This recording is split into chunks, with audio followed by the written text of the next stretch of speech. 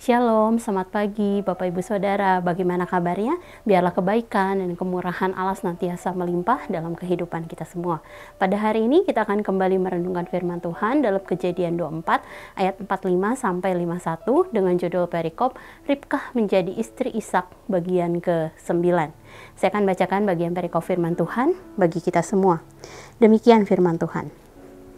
Sebelum aku selesai berkata dalam hatiku, Ribkah datang membawa kendi di atas bahunya dan turun ke mata air itu, lalu menimba air. Kataku kepadanya, tolong berikan aku minum. Ia segera menurunkan kendi itu dari atas bahunya serta berkata, minumlah dan unta-untamu juga akan kuberi minum. Lalu aku minum dan unta itu juga diberi minum. Sesudah itu aku bertanya kepadanya, anak siapakah engkau? Jawabnya, aku anak Betuel bin Nahor. Betuel itu dilahirkan Milka bagi Nahor. Lalu aku mengenakan anting-anting pada hidungnya dan gelang pada tangannya. Kemudian aku berlutut dan sujud menyembah Tuhan, serta memuji Tuhan, Allah Tuanku Abraham, yang telah menuntun aku di jalan yang benar untuk mengambil anak perempuan saudara Tuanku ini bagi anaknya. Sekarang jika kamu mau menunjukkan kasih dan setia kepada Tuanku itu, beritahukanlah kepadaku.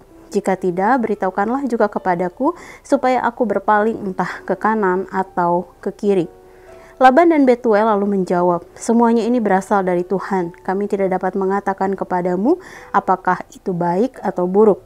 Lihat, Ribkah ada di hadapanmu, ambillah dia dan pergilah, biarlah ia menjadi istri anak tuanmu seperti yang difirmankan Tuhan.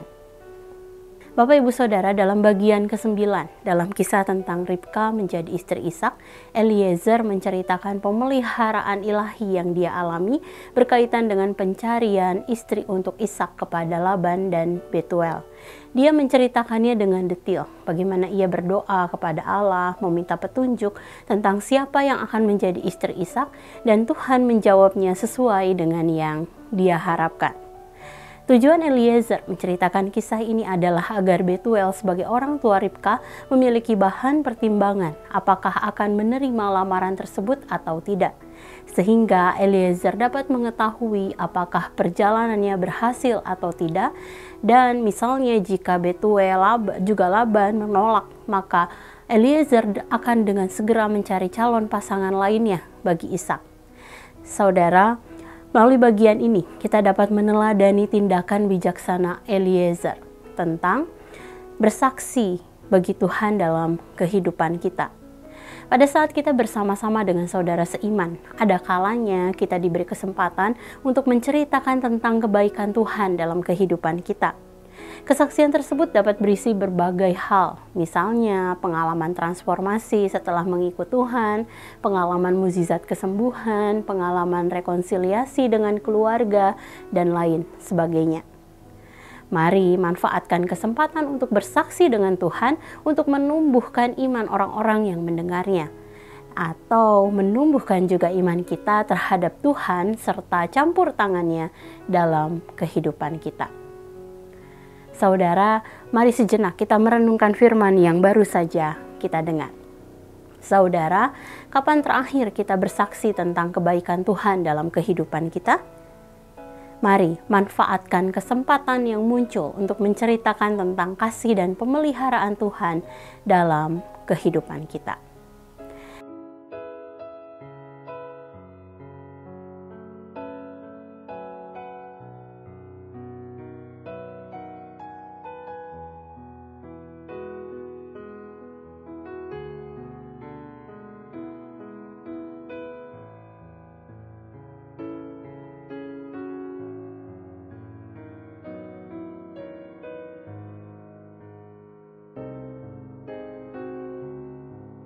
Demikian firman Tuhan hari ini. Mari kita berdoa.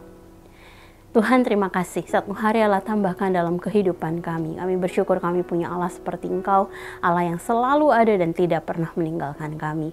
Kami juga meminta Tuhan kepadamu keberanian di dalam hati kami untuk kami menyaksikan perbuatan-Mu Tuhan yang sudah Engkau lakukan dalam hidup kami, kebaikan-Mu yang sudah Engkau nyatakan, anugerah-Mu yang besar dalam hidup kami kepada orang-orang yang ada di sekitar kami Tuhan, untuk menumbuhkan iman mereka Tuhan, untuk menguatkan mereka di dalam perjalanan rohani mereka, bahkan mungkin dapat membawa mereka Tuhan kepadamu. Kami serahkan Tuhan seluruh perjalanan kami bersama-sama dengan Engkau ke dalam tangan kasih-Mu. Engkaulah yang membuat kami kuat, tetap teguh berdiri di dalam iman dalam setiap musim kehidupan kami. Kami bersyukur Tuhan untuk hari ini, satu hari Allah tambahkan dalam hidup kami. Dan hari ini kami mau jalani bersama-sama dengan Engkau. Di dalam nama-Mu Tuhan Yesus kami berdoa, kami mengucap syukur. Haleluya. Amin. Selamat pagi saudara, selamat menjalani hari bersama dengan Tuhan. Tuhan Yesus memberkati.